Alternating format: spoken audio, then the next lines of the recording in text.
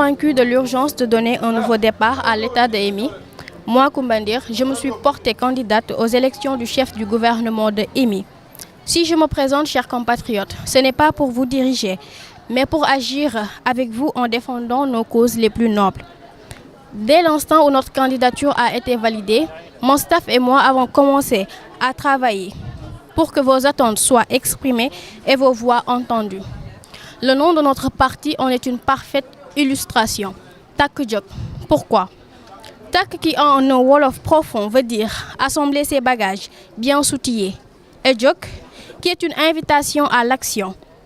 Se lever, partir à l'aventure, délaisser le bavardage, mais surtout se mettre au travail. Chers compatriotes, même nos couleurs justifient notre engagement envers vous, car nous savons que la passivité n'est plus permise. L'heure est aux actions. Chers compatriotes, sur ce, notre programme s'établira comme suit si nous étions amenés à être à la tête de ce gouvernement. Inciter et accompagner les femmes de l'État, les regrouper dans des cellules et leur confier des responsabilités. Nous serons à la hauteur de nos défis. Je vous remercie. Chère population, c'est avec un immense plaisir que je vous présente mon programme étant candidat au poste de président d'État EMI. En premier lieu, faire émerger l'État EMI à la concurrence des autres États afin de recevoir le prix des meilleurs États. En second lieu, l'ouverture aux États environnants, c'est-à-dire permettre l'accès à toute la population voisine, élargir les foyers d'État EMI. Sur le plan éducatif, l'État EMI envisage de nouer des relations de partenariat et de coopération pour des fonds et de la bonne gouvernance, dans le but de permettre aux étudiants d'obtenir des bourses d'études et de stages dans les entreprises. Sur le plan sportif, j'organiserai un tournoi inter-État dans le but de consolider nos relations avec les États voisins, comme État EIA, État NCIP Afrique, État IMAN. Sur le plan culturel, l'État de EMI a une population multiculturelle, essence de culture et de langue. Enfin, faire EMI un État de référence, ensemble pour l'émergence de l'État EMI. C'est donc un réel plaisir d'être en face de vous aujourd'hui, sachant que ce qui nous réunit, c'est plus qu'une simple élection. Notre mission, nous avons comme noble mission de trouver la meilleure forme d'organisation qui va nous mener de l'avant. Un projet d'espoir, de changement, de réorganisation des jeunes leaders face à leur avenir.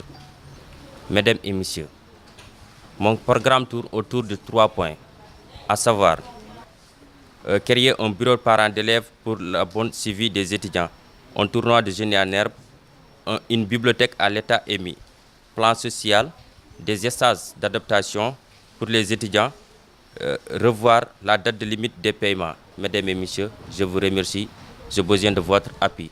L'État EMI a pour mission fondamentale d'œuvrer pour le changement des conditions sociales et pédagogiques des étudiants dans les universités.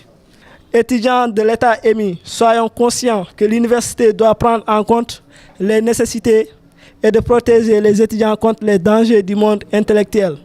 Mais aussi, nous avons toujours compris que quand les temps changent, on doit changer.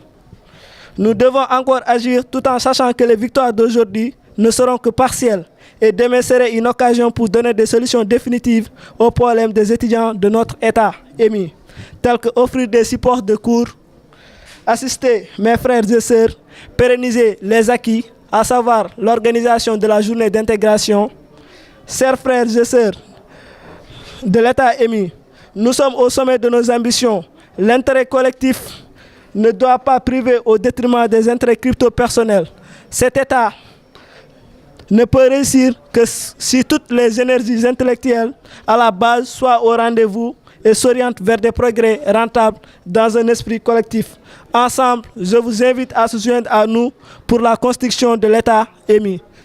J'ai entendu dire mon nom, M. Ahmed Tidjansi, dire qu'un discours c'est comme un arbre fruitier qu'on arrose. Il doit porter ses fruits à la population. Et s'il ne le fait pas, ce sera une désillusion, un désespoir. Donc je voudrais que chaque candidat se tienne compte de cela, qu'il essaie quand même de tenir ses promesses. En tout cas, moi, c'est ce que je crois et je crois pouvoir faire cela.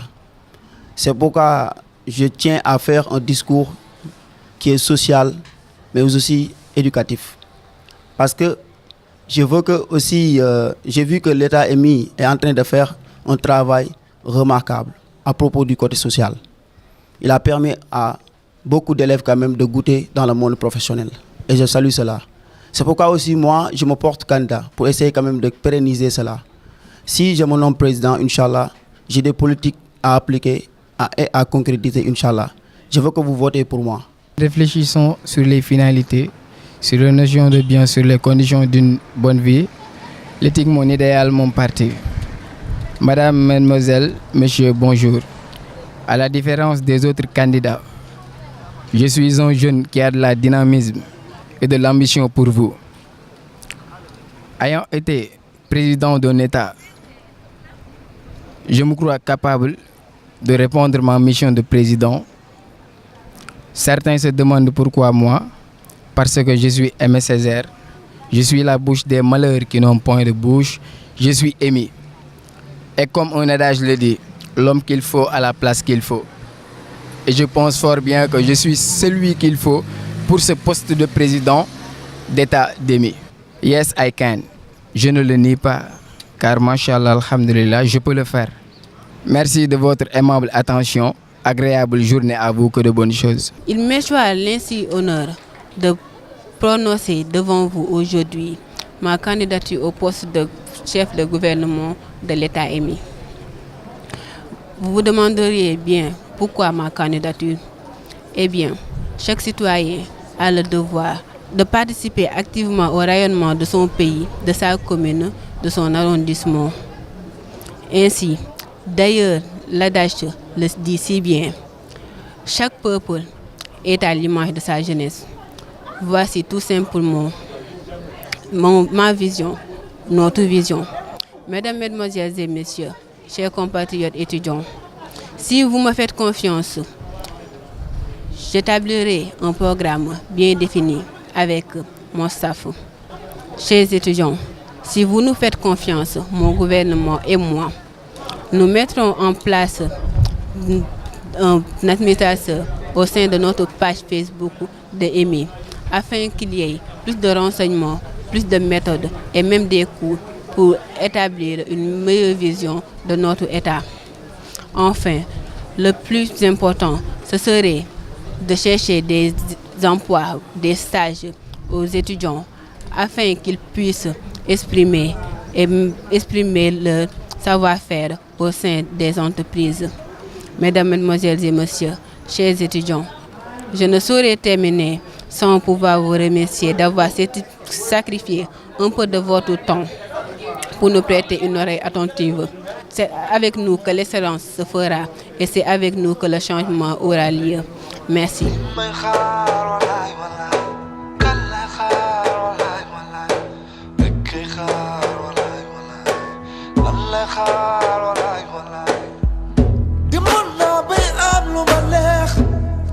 Si on n'essaye pas, on ne réussit pas. Et les candidats que vous voyez ici, non seulement depuis quelque temps, ont laissé tout leur temps pour ce projet, mais ils m'ont agréablement surpris parce qu'ils font beaucoup de recherches. Et moi, qui ai des connaissances en communication, je vois que maintenant, de plus en plus, ils sont en train de se bonifier. Ils ont fait 2 enregistrements et ils ont fait leur premier débat. À les entendre parler la première fois et à les entendre parler aujourd'hui, il y a une nette amélioration dans la maîtrise des sujets et de la langue. C'est pourquoi je ne cesserai de vous dire que ce voyage d'études n'aura rien de folklorique. On va passer du point A au point Z parce qu'on aura appris tout le temps des choses qu'on ne connaissait pas forcément.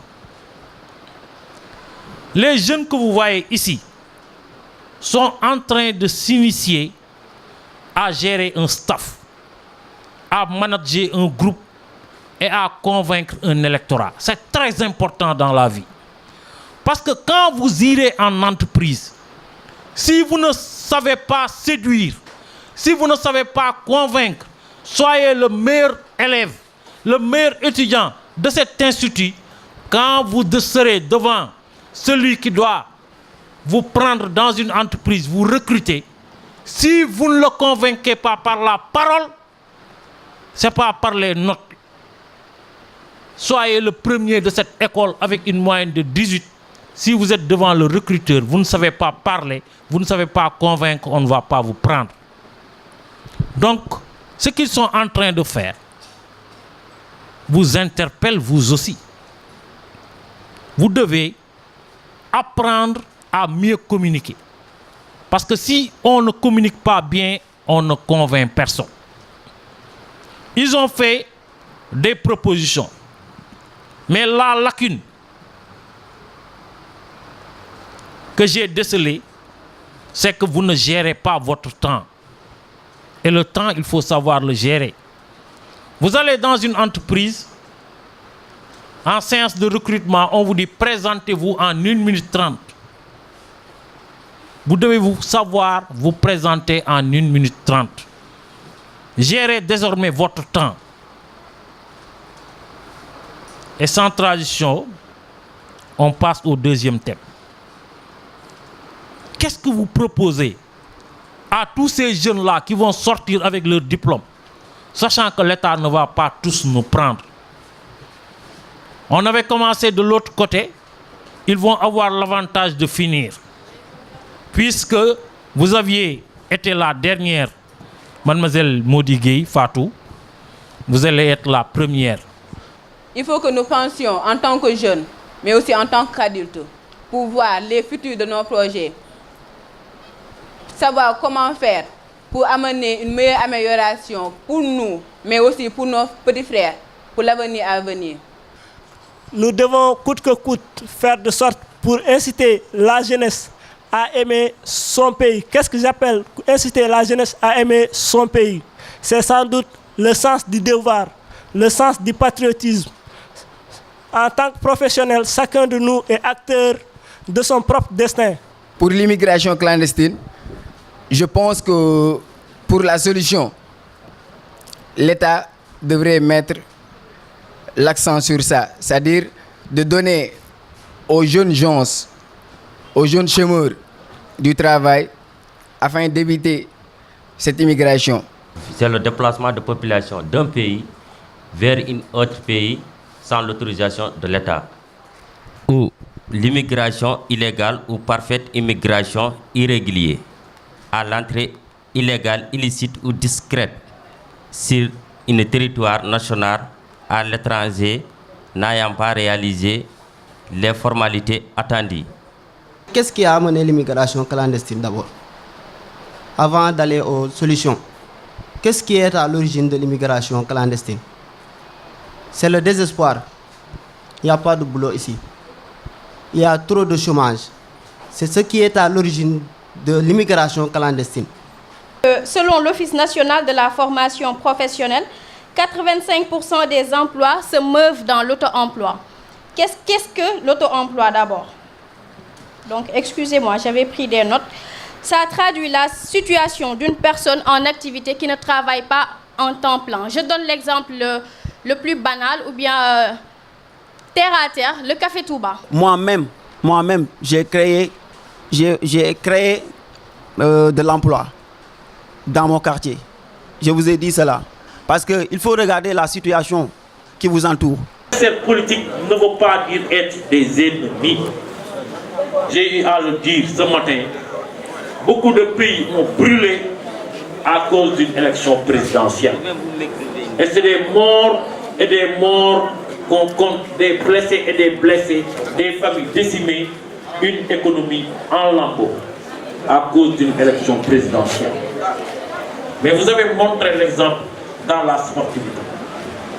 Parce que dans une autre classe, celui qui sera choisi entre vous, il saura qu'il n'est pas le chef de tout le monde, mais celui qu'on a mis en avant pour encadrer, pour manager tout le monde et créer toute une équipe autour de lui. On peut mettre toutes les politiques de salubrité du monde, mais sans la discipline, rien ne sera fait. On le sait tous. La propreté commence par soi. Si on n'est pas propre, le pays ne sera jamais propre. L'insalubrité est l'un des fléaux majeurs de notre pays. Ainsi parle de civisme. La propreté commence par soi.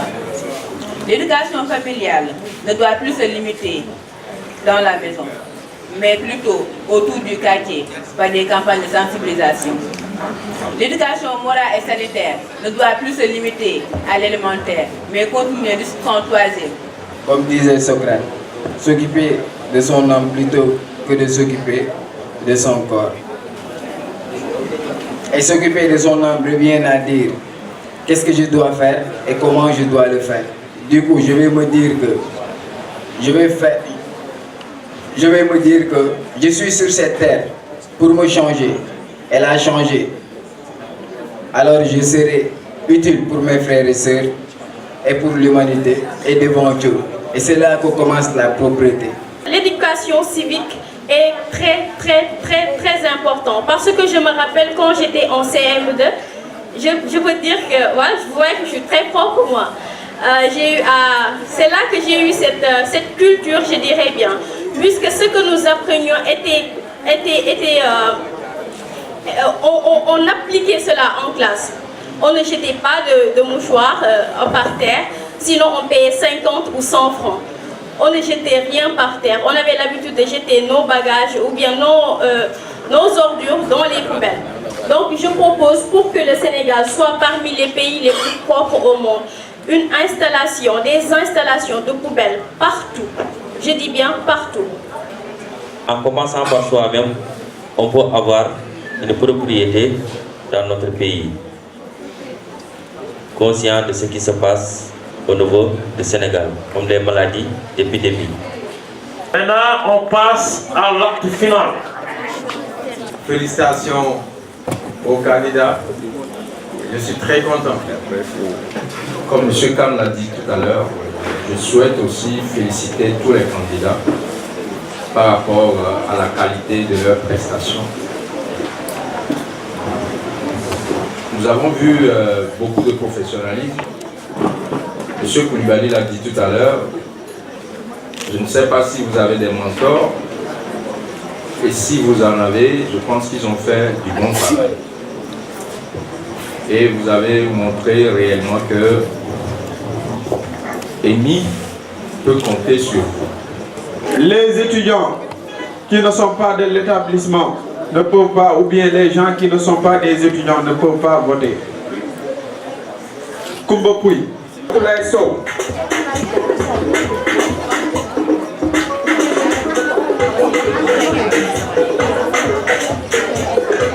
Bénédicte Sagnan.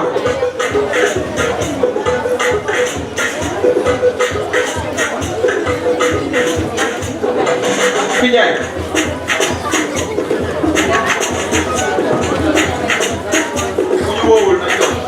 Aïssatou Yassine Diallo.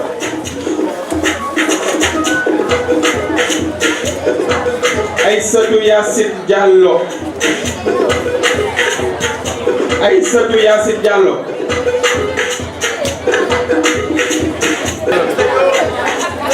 Ababacar Sadikh Diop.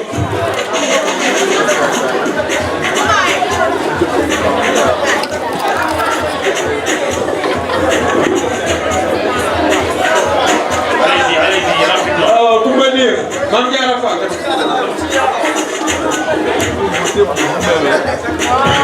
Koumba Ndir. Mame Diarra jaara ni. Diop yaa ma jóg. Waaw. Koumba Ndir Diop yaa ma jóg.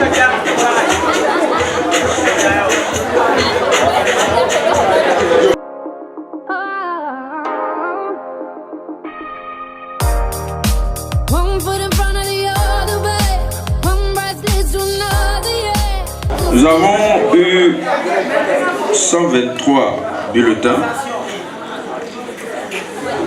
et 0 bulletin nul. Ça veut dire que les 123 ont choisi leur candidat librement. Donc nous avons deux candidats qui vont s'affronter au deuxième tour.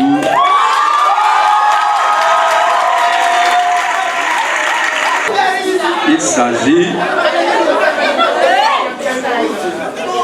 de Monsieur Aboubakar Sadiq Diop, affrontera au deuxième tour Mademoiselle Koumba Dir. Merci à vous tous d'avoir voté pour nous.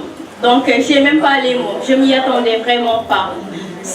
Comme les Wolof di wax Sophia mon sax mu neex ndax je m'y attendais pas. Je ne pensais pas que ça allait arriver là. Je suis très émue. Là, je ne ferai pas un discours pour vous convaincre à nouveau. Pour moi, c'est déjà fait. La candidate idéale, vous le savez. Et vous avez commencé à le démontrer. Je vous laisse faire. Et je sais que... Je n'ai rien à dire et je laisse le public faire leur boulot ensuite. On espère, Inch'Allah, qu'on va le remporter, Inch'Allah. Merci. Deuxième tour.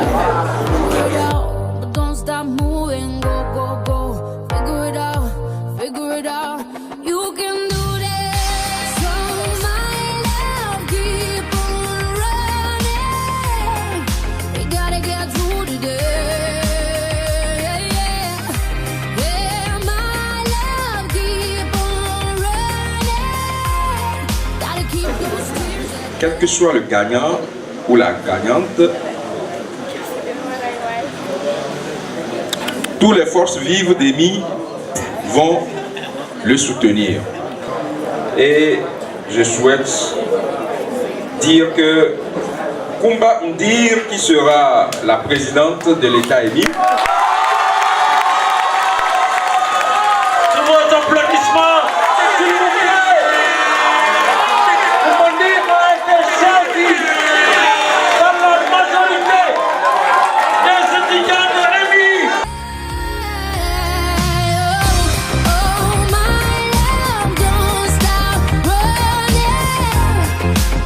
Number